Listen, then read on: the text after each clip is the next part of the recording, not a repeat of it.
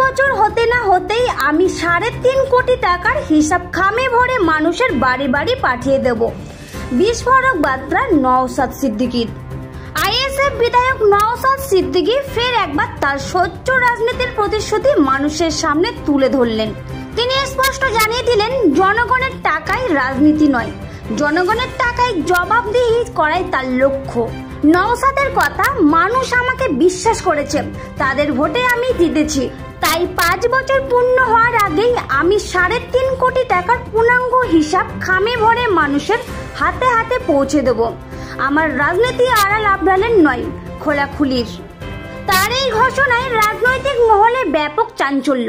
কেউ বলছেন বাংলার রাজনীতিতে এক নজিরবিহীন স্বচ্ছতা, আবার বিরোধীরা কটাক্ষ করে বলছে এটা নিছক রাজনৈতিক চাল।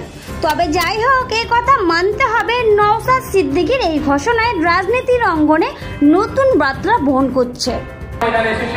আমাদের ভাঙড়ের মানুষের 5 বছরে আগে 3 কোটি টাকা ছিল, সেটা বেড়ে এখন 3.5 কোটি টাকা হয়েছে।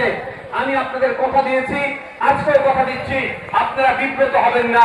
5 বছর শেষ হওয়ার সাথে সাথে বা 5 বছর শেষ হওয়ার পূর্বেই আমি এই এমএলএ টাকা নিয়ে কোথায় কিভাবে কত কত খরচ করেছি, কি কি করেছি, আমি আশা করছি খামের মধ্যে ভরে প্রত্যেকে আমি বাড়িতে পৌঁছে দেব। যদি প্রত্যেকের বাড়িতে পৌঁছানো সম্ভব না হয়ে ওঠে, প্রতিটা বুথে বড় বড় ব্যানার করে আমি টাঙিয়ে দেব। ওটা আমাদের আর দেশ হইছে না, দেশ হইছে না। কিন্তু আমার দায়িত্ব তো, আমি সাথে এটাও বলেছি যে একজন বিধায়কের মাধ্যমে 3 কোটি ছিল, এখন 3.5 কোটি টাকা খরচ করার জায়গা এসেছে। ওই যে 50 লাখ টাকা বেড়েছে, সেটাও কিন্তু ভাঙড়ের বিধায়কের চিৎকারের জন্য বেড়েছে, এটা মাথায় রাখবেন।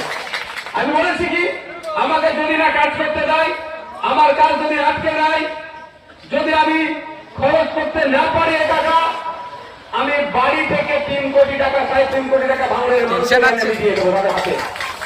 এটা বলেছি তো।